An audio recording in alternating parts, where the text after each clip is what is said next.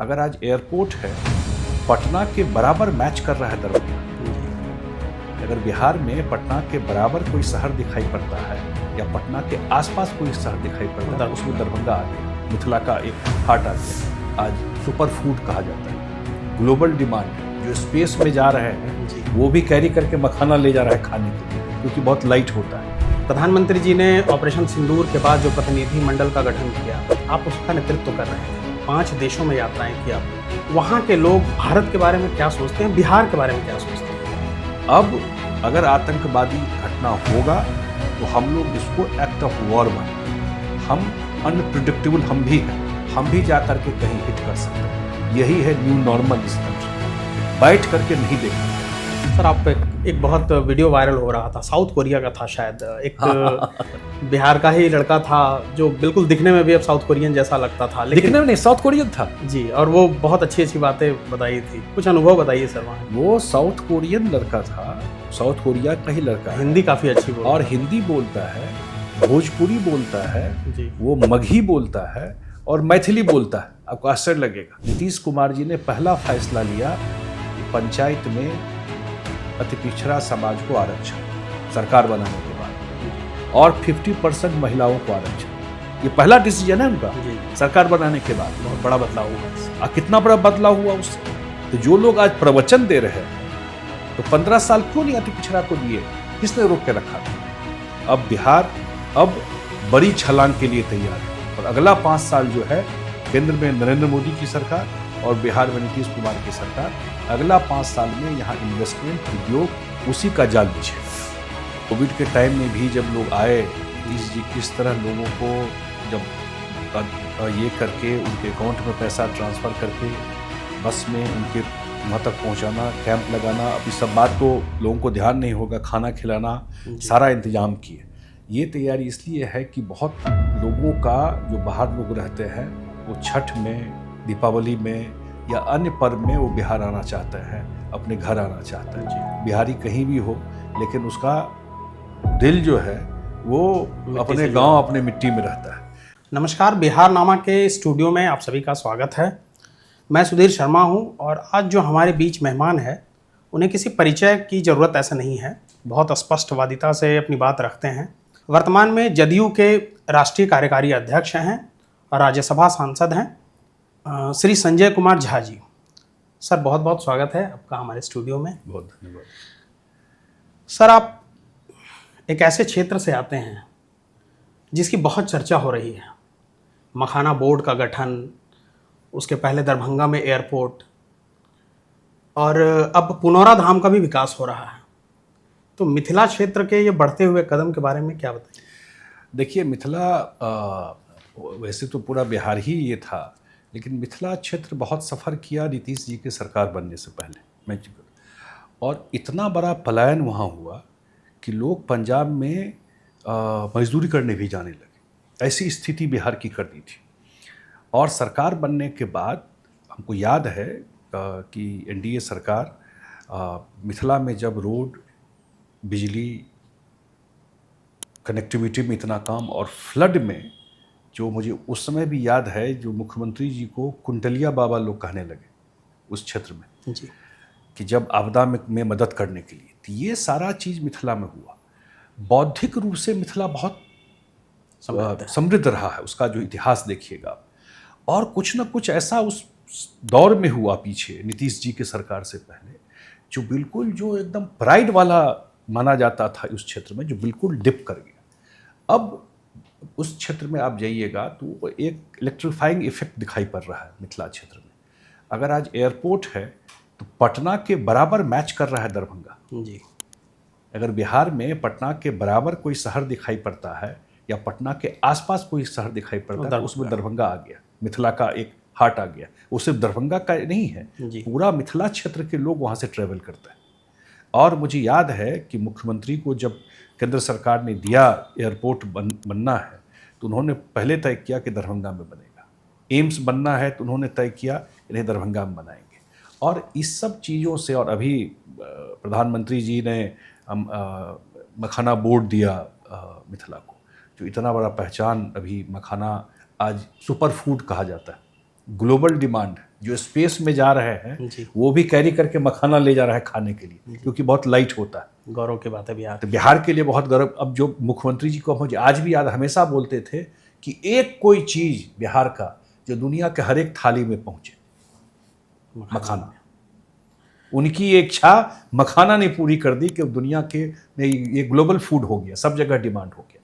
अब उसका जब ये मखाना बोर्ड बनेगा तो वहाँ पर आपको बोर्ड का क्या मतलब है? बोर्ड का मतलब है उसके पैकेजिंग, उसके मार्केटिंग, उसका लिंकेज मार्केट से, उस चेन, इस सारा कुछ सपोर्ट सेंटर के इस सिस्टम से लोगों को मिलने लगेगा। जी। एयरपोर्ट बगल में है, कार्गो सिस्टम है, दुनिया में कहीं भी मखाना पहुंच जाएगा। ये एक बड़ा चीज़ हुआ है उस क्षेत्र के लिए। सर, मखाना वैश्विक हो गया, मिथिला वैश्विक हो गया, अब आपकी भी बहुत चर्चा हो रही है। प्रधानमंत्री जी ने ऑपरेशन सिंदूर के बाद जो प्रतिनिधि मंडल का गठन किया, आप उसका नेतृत्व कर रहे थे। 5 देशों में यात्राएं की आपने, भारत के पक्ष को बहुत ही मजबूती से रखा, न्यू नॉर्मल पॉलिसी को बहुत ही मजबूती से आपने रखा। अब विदेशों में गए, वहाँ के लोग भारत के बारे में क्या सोचते हैं, बिहार के बारे में क्या सोचते हैं? देखिए, एक तो बहुत ही प्रतिष्ठा की बात है हमारे लिए भी और बिहार के लिए भी, खास करके हमारे पार्टी के लिए भी, कि एक डेलीगेशन को, 7 डेलीगेशन था जो पूरा दुनिया में गया, और एक डेलीगेशन को मैं भी लीड कर रहा था, और ये पार्लियामेंट्री डेलीगेशन था जी। और ऑल पार्टी, विपक्ष सबके लोग थे इस डेलीगेशन में। और जहाँ भी हम लोग गए तो खास करके आतंकवाद पर जो देश का नया स्टैंड है, जो आप कह रहे हैं न्यू नॉर्मल, न्यू नॉर्मल यही है कि सरकार ने कहा कि जैसे 2008 में ताज में हमला हुआ था, 160 से ज़्यादा लोग मारे गए, लेकिन हम लोग कुछ कर नहीं पाए, कागज में बात चलती रही। पहली बार जा करके 200 किलोमीटर अंदर जाके उनके टेररिस्ट इंफ्रास्ट्रक्चर को हमने हिट किया, क्योंकि हमको पता है कि ये आतंकवादी वहाँ की सरकार और सेना के द्वारा स्पॉन्सर और एक्यूरेट टारगेट में और एक्यूरेट प्रिसीजन के साथ। ये दुनिया में आश्चर्य लगा जब बोलते थे कोई भी सिविलियन इसमें, कोई सिविलियन नहीं, एकदम प्रिसीजन के साथ सिर्फ उसी जगह को हिट किया जहाँ वो टेररिस्ट वहाँ पर, आतंकवादी वहाँ पर थे। ये हम लोगों ने कहा कि भाई अब अगर आतंकवादी घटना होगा तो हम लोग इसको एक्ट ऑफ वॉर मानेंगे। हम अनप्रिडिक्टेबल हम भी हैं, हम भी जा करके कहीं हिट कर सकते हैं। यही है न्यू नॉर्मल इस कंट्री का, बैठ करके नहीं देखेंगे हम।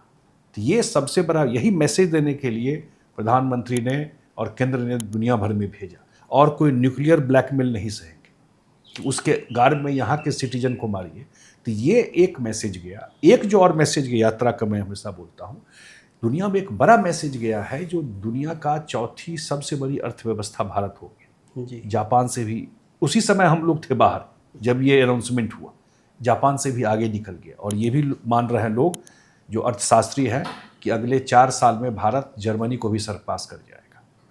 इसका मतलब हम लोग बोलते भी थे, भाई क्यों कंपेयर करते हैं 2 कंट्री को, हमारे लिए वो साइड शो हम लोग नोटिस भी नहीं लेते, हम लोग एक डिफरेंट ट्रैजेक्टरी पे काम कर रहे हैं। तो ये एक मैसेज हमको लगा, जो बाहर लोग रहते हैं देश के बारे में तो प्राइड है ही, जो मैंने कहा कि अगर इकोनॉमी ग्रोथ कर रहा है, दुनिया बदल रही है। बिहार के भी बहुत लोग मिले हम लोगों को, और वो ज़्यादा बेटर बिहार को अप्रिशिएट कर रहे थे, क्योंकि कोई 6 महीना में आता है, कोई साल भर में आता है, तो उनको लगता है कि जब भी 6 महीना में जाते हैं तो बिल्कुल बदला हुआ दिखता है। 6 महीना पहले जो देख के गए, आज 6 महीना के बाद गए तो देखते हैं कि पूरा वहाँ का परिस्थिति बदला हुआ है।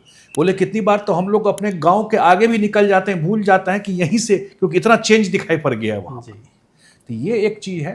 अब वो भी आ करके बहुत सारे जो बिहार के लोग हैं, एक होता है ना give back to your society, अपने यहाँ आकर के इन्वेस्ट करना चाहते हैं, वो सब लोग वेट कर रहे हैं इस चुनाव का, कि चुनाव में रिजल्ट हो जाए, उसके बाद जाएंगे हम लोग इन्वेस्ट करने। अभी भी कहीं ना कहीं पुराना फ्लैशबैक में लोगों को याद है जी कि भाई चुनाव हो जाएगा तो हमको लगता है आने वाले समय में बड़ा इन्वेस्टमेंट आप बिहार में देखिए।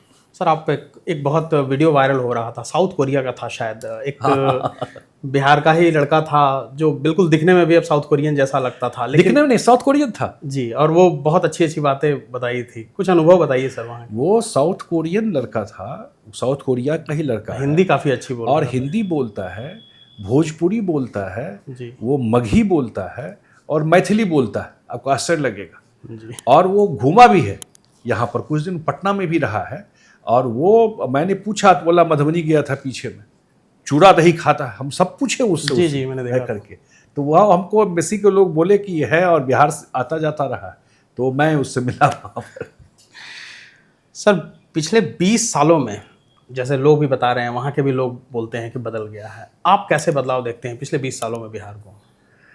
देखिए, मैं ईमानदारी से बताऊं, हम लोग दिल्ली में पढ़े, और ये सच्चाई है, जिस जिस राज्य का इतना बड़ा प्राइड था बिहार का नाम बोलने पर, जैसे मैंने बताया कि जहाँ जब यूरोप में यूनिवर्सिटी नहीं थी तब नालंदा यूनिवर्सिटी था। जी सोच लीजिए, पूरा दुनिया भर के लोग आते थे, और वो बिहार ऐसा हो गया कि बिहारी बोलने में लोगों को शर्म लगता था। हम लोगों ने आँख से देखा, हम लोग को दिखा ये चीज़, किसी से पूछ लीजिए जो बाहर रहे, उनको पूछने, उनको शर्म लगता था बिहारी बोले। हम लोगों ने भी फेस किया है सर, और बाहर जाते थे। वहाँ से मैं इसलिए बोलता हूँ, नीतीश कुमार का वो इतिहास जज करेगा। आज शायद उतना बात लोग नहीं समझ पाए, समझते भी होंगे, लेकिन बाद में अच्छा बुरा का विश्लेषण होता है। नीतीश कुमार को तो गड्ढा से भी गड्ढा मिला था ये बिहार। क्या था इस बिहार में? ब्यूरोक्रेसी घर बैठ गया था, डेवलपमेंट जीरो, करप्शन, क्राइम, जो भी आप सोच सकते हैं नेगेटिव चीज, वो सारा इस बिहार से जुड़ा हुआ था। एक भी पॉजिटिव खबर बिहार से नहीं आती थी, एक भी पॉजिटिव, मैंने देश भी मान लिया था इस बिहार का कुछ नहीं होगा। होपलेसनेस की पराकाष्ठा थी, इतना भी होप नहीं था। वहां से स्टार्ट करके बिहार को बिल्ड करना, आज बिहार कनेक्टिविटी के मामले में, रोड के मामले में, पावर के मामले में, लॉ एंड ऑर्डर के मामले में, शिक्षा के मामले में कमी 10 हो सकती है, लेकिन कहाँ से कहाँ ट्रैवल किया है। जीडीपी के मामले में, गरीबी रेखा से लोगों को ऊपर ले जाने के मामले में, आपको और भी बहुत कुछ होना चाहिए। तो ये सारा चीज मैं कहता हूं कि मैं बताइए क्यों अति पिछड़ा समाज को वेट करना पड़ा।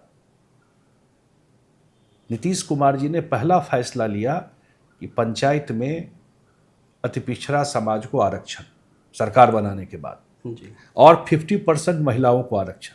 ये पहला डिसीजन है उनका जी जी, सरकार बनाने के बाद। बहुत बड़ा बदलाव हुआ है इससे। कितना बड़ा बदलाव हुआ उससे। तो जो लोग आज प्रवचन दे रहे हैं, तो 15 साल क्यों नहीं अति पिछड़ा को दिए? किसने रोक के रखा था? उनके पास भी शासन था। 15 साल आपने क्यों नहीं दिया अति पिछड़ा को? क्यों उनको नीतीश कुमार जी का इंतजार करना पड़ा कि उनके आने के बाद? आते ही मैंने कहा पहला डिसीजन है जी, और उसका कितना बड़ा इम्पैक्ट समाज में पड़ा वो आप जाकर के देख लीजिए। महिलाओं के आगे आने से, अति पिछड़ों को, समाज को आगे आने से, महादलित के लिए जो मिशन बनाया, तो ये तो सोशल सेक्टर में काम हुआ। अनप्रेसिडेंटेड, मैं अगर लूंगा तो आपको 3-4 घंटा भी कम पड़ जाएगा। अनप्रेसिडेंटेड, इमेजिन कीजिए 20 साल में महिलाओं के जीवन में कितना चेंज आया। चाहे वो जीविका दीदी हो, चाहे जो स्कूल जाती है ड्रेस साइकिल लेकर के, चाहे जो पुलिस में भर्ती हुई। ये एक नेता के विजन की कहानी है। 50% पॉपुलेशन को मुख्य धारा में उन्होंने उठा करके जोड़ दिया। अनप्रेसिडेंटेड हिस्ट्री है ये। शायद उतना कहा नहीं गया इस बात को, जी शायद उतनी बात आई नहीं, लेकिन ये सामने की बात है। तो इसलिए मुझे लगता है, और ओवरऑल बिहार का परसेप्शन, इमेज, चीज़ें, और मुझे लगता है कि मैं जो बोलता हूँ लोगों की कि लॉन्च पैड अब तैयार है। नीतीश जी को गड्ढा भरते भरते भरते भरते अब बिहार अब बड़ी छलांग के लिए तैयार है। और अगला 5 साल जो है, केंद्र में नरेंद्र मोदी की सरकार और बिहार में नीतीश कुमार की सरकार, अगला 5 साल में यहाँ इन्वेस्टमेंट, उद्योग, उसी का जाल बिछेगा। यहाँ 20 साल नीतीश जी ने अपने कामों से लोगों को यहाँ दिखाया कि कैसे काम किया जाता है। इसी बीच में 11 साल नरेंद्र मोदी जी का भी साथ मिला, डबल इंजन की सरकार रही है। पहले भी यहाँ डबल इंजन की सरकार थी जब कांग्रेस की शासन थी, और यहाँ पे भी आरजेडी का शासन था। वो चीज़ नहीं कर पाए। पिछले 11 सालों में नरेंद्र मोदी जी के साथ आने से एनडीए की सरकार में कितना डेवलपमेंट हुआ, कितना बदलाव हुआ? हम लोग थोड़ा बाद में आए साथ में जी और असली तो अभी जो आए हम लोग 24 में। जी तो उस समय से रियल जो है, क्योंकि जब मोदी जी आए तो हम लोग साथ नहीं थे, हम लोग साथ में आए 17 में, जी और उसके बाद हम लोग आपको आए 24 में भी जो आए हैं साथ में। और मुझे लगता है कि आपने पिछला 2 बजट देखा होगा, जी 2024 का बजट और 2025 का बजट। 2 बजट में बिहार को अपना जो उसको मिलता है शेयर, उसके अलावा 60,000 करोड़ रुपया अभी मिला है एक्स्ट्रा बिहार के डेवलपमेंट के लिए, जो हम लोग पैकेज की बात करते हैं। 25 और 26 वाले 25-26 के जो बजट है उसे विपक्ष कह रहा था कि बिहार का बजट है। अब इसे आप कैसे लेते हैं? राजनीतिक आरोप है, उपहास है, या फिर ये प्रशंसा है बिहार के लिए? दो बात है। एक तो बिहार को जो कांग्रेस वाले हैं हमेशा उनका नज़र बिहार के प्रति भिन्न रहा। उनके भाषण को भी देखिए, अभी भी जो उनके राष्ट्रीय अध्यक्ष जो बोल रहे थे छोटा मोटा स्टेट, माइंड का फ्रेम जो है ना वो बिहार को लेकर के उसी टाइप का है। और कभी उनका वो मुख्यमंत्री आंध्र प्रदेश बोला कि लेबर स्टेट, तो ये टिपिकल माइंड है इनका, जो इसी हिसाब से देखता है। तो मुझे लगता है कि इस दोनों, और आपको परेशानी क्या, अगर बिहार को मदद मिल रहा है, उनके नेता बोल रहे हैं कि ये बिहार का बजट है। हम लोगों के लिए तो प्राइड की बात है कि हम लोगों को बिहार को लैंडलॉक्ड स्टेट था, हम लोग स्पेशल कैटेगरी स्टेटस हमारी पार्टी मांगती थी जी। जब वो ख़त्म हो गया कि नहीं, उनके पॉलिसी में ख़त्म हो गया, तो हम लोगों ने विशेष पैकेज मांगा as a party, JDU party ji. और विशेष पैकेज केंद्र से मिल रहा है। और ये कोई यही 2 बजट हुआ है इसमें नहीं, अगला जो 3 बजट है उसमें भी मिलेगा, ये ध्यान रखिएगा जी। तो मुझे लगता है कि वहाँ से सहयोग और यहाँ पे सरकार अगले 5 साल में बिहार टॉप 10 स्टेट में जाके खड़ा होगा। सर, नरेंद्र मोदी जी का दृष्टिकोण बिहार के प्रति और उनके पहले जो भी प्रधानमंत्री रहे भारत में, उनका दृष्टिकोण, दोनों मतलब क्या अंतर है? वो बहुत बड़ा अंतर है। प्रधानमंत्री जी ने पूर्वोदय की बात की जी। अगर 2047 तक विकसित भारत का सपना देख रहे हैं हम लोग, डेवलप कंट्री का, तो वो बिना पूर्वी भारत के तो हो नहीं सकता है। और उसमें बिहार का बहुत बड़ा रोल है। और प्रधानमंत्री जी उसी नज़र से बिहार को देखते हैं। जब भी बात होती है तो वो बोलते हैं ऐसा हो ही नहीं सकता है, बिना बिहार के ये विकसित भारत हो जाएगा। और जो उनका सहयोग, सपोर्ट, जो उनका आना जाना बिहार में, और जिस तरह का उन्होंने एक एक चीज़ को खुद, जो बजट में बात आई है, पर्सनल उनके इनिशिएटिव से चीज़ें हो रही है, या मुख्यमंत्री जी जब भी जो रिक्वेस्ट किया है बिहार को लेकर के, तो वो बिल्कुल उस चीज़ को उन्होंने अप्रिशिएट किया है और उसमें सहयोग किया है। तो मुझे लगता है कि उनकी व्यक्तिगत जो बिहार को लेकर के, उनको लगता है कि बिहार नॉलेज का सबसे बड़ा सेंटर है। नालंदा यूनिवर्सिटी में आए थे प्रधानमंत्री जी। तो मुझे लगता है कि प्रधानमंत्री जी का व्यक्तिगत फोकस जो है वो बिहार के ऊपर है। और अगले 5 साल में जो उनका भी जो विशेष ध्यान बिहार की तरफ गया है, बिहार का कायापलट हो जाएगा। सर, जब भी आ रहे हैं प्रधानमंत्री जी तो कोई बड़ी सौगात देकर ही जा रहे हैं, आने वाले दिनों में भी आएंगे निश्चित है, तो फिर क्या कुछ और बड़ी योजनाएं मिलने वाली है? बिल्कुल। अभी जो आए हैं वो हमारे यहाँ मधुबनी में आए थे, उससे पहले भागलपुर में आए थे, अभी सिवान में लास्ट हो गए हैं जी। हर एक बार वो बड़ी सौगात दे के गए हैं और आगे उनका और भी कार्यक्रम होगा। निश्चित रूप से बिहार को विशेष सहयोग उस माध्यम से मिलेगा। अब मैंने बताया आपको कि केंद्र का एक बड़ा ध्यान अगले 5 साल में बिहार को में खास करके इन्वेस्टमेंट, उद्योग को लेकर के केंद्र का भी मेजर सपोर्ट उसमें मिल रहा है। हम लोग जिस बेल्ट से आते हैं नॉर्थ बिहार से जी, एडिशनल 12,500 करोड़ रुपया दिया है कि उसमें मेजर पार्ट जो है वो फ्लड मैनेजमेंट के लिए, इतने बड़े एरिया को इम्पैक्ट करता है। फ्लड मैनेजमेंट की बात हो रही है। एक बड़ी पुरानी परियोजना थी, अटल बिहारी वाजपेयी जी की ड्रीम प्रोजेक्ट हुआ करती थी, कोसी मेची लिंक परियोजना। वो 20 साल के बाद वो पूरा होने की कगार पर पूरा हुआ है। पहला इंटरलिंकिंग योजना है जी, और पूरा सीमांचल का काया पलट कर देगा। 2 लाख हेक्टेयर से ज़्यादा किशनगंज, अररिया, पूर्णिया और कटिहार, इस 4 जिले में जो बाढ़ी देखते थे वो सिंचाई पहुंच जाएगा और बाढ़ का प्रकोप कम हो जाएगा। इतनी बड़ी योजना अभी सैंक्शन हो गई। और दूसरी बड़ी योजना जो 8,500 करोड़ का है वह है पश्चिमी कोसी नहर योजना, जो एकदम फाइनल स्टेज में है, उस पर भी काम शुरू हो जाएगा। तो पूरा मिथिला एरिया में सिंचाई सिस्टम ये दुरुस्त हो जाएगा। तो अभी तो असली टाइम आया है। मैंने कहा ना, लॉन्च पैड तैयार है। ये सब जो बड़ा बड़ा प्रोजेक्ट है, जब अगले 2 साल में 3 साल में ज़मीन पे रोल आउट उतर जाएगा तो पूरा परिदृश्य बदल जाएगा बिहार का। सर, बिहार के संदर्भ में देखें, अभी कुछ दिनों पहले ही घोषणा हुई, पेंशन का दायरा बढ़ाते हुए 400 से 1100 रुपये कर दिया गया। उसके दूसरे दिन एक बड़ी योजना और आई, 40 अरब रुपए की योजना कि सभी 8,053 पंचायतों में विवाह भवन बनेंगे। एक बड़ी अद्भुत योजना मुझे लगती है कि पंचायतों में मतलब गरीब परिवारों की बेटियों की शादी बहुत आसानी से होगी। ये चुनाव के को ध्यान में रखकर आया या फिर सरकार की देखिए, योजना थी? डेवलपमेंट अनवरत प्रोसेस है। आज से 1 साल पहले भी जो डिसीजन लिए हैं उस पर भी तो काम हो रहा है। जी सरकार में आप हैं तो आप ये तो नहीं होगा कि चुनाव 4 महीना के बाद है या 6 महीना के बाद है तो आप काम करना बंद कर देते। तो सरकार ने एक जो सबसे बड़ा फैसला लिया कि जो ओल्ड एज पेंशन था उसको 400 से 1100 कर दिया, ऑलमोस्ट 3 टाइम्स कर दिया। और मैं भी गांव गया तो बुजुर्ग लोग कुछ जो मिले उनके लिए बोले सम्मान की बात है ही, पोता पोती भी आसपास आता था तो लगता था कुछ खरीद के दें तो दिक्कत होता था, जिनको अब नीतीश जी ने सम्मानजनक राशि दे दी। तो इससे अब ये होगा कि वो भी मेरे पास आके बैठेगा। अब ये तो फ्रेम गांव में चलता है ना लोगों का, इस हिसाब से तो वो तो इतना बड़ा एक सम्मान दिया है। तो एक तो ये चीज़ है। गांव में क्या हुआ है कि अब बहुत न्यूक्लियर फैमिली हो गई है। पहले गांव में दलान बड़ा होता था, शादी होती थी या किसी का भी रहा, उसकी कमी हो गई है।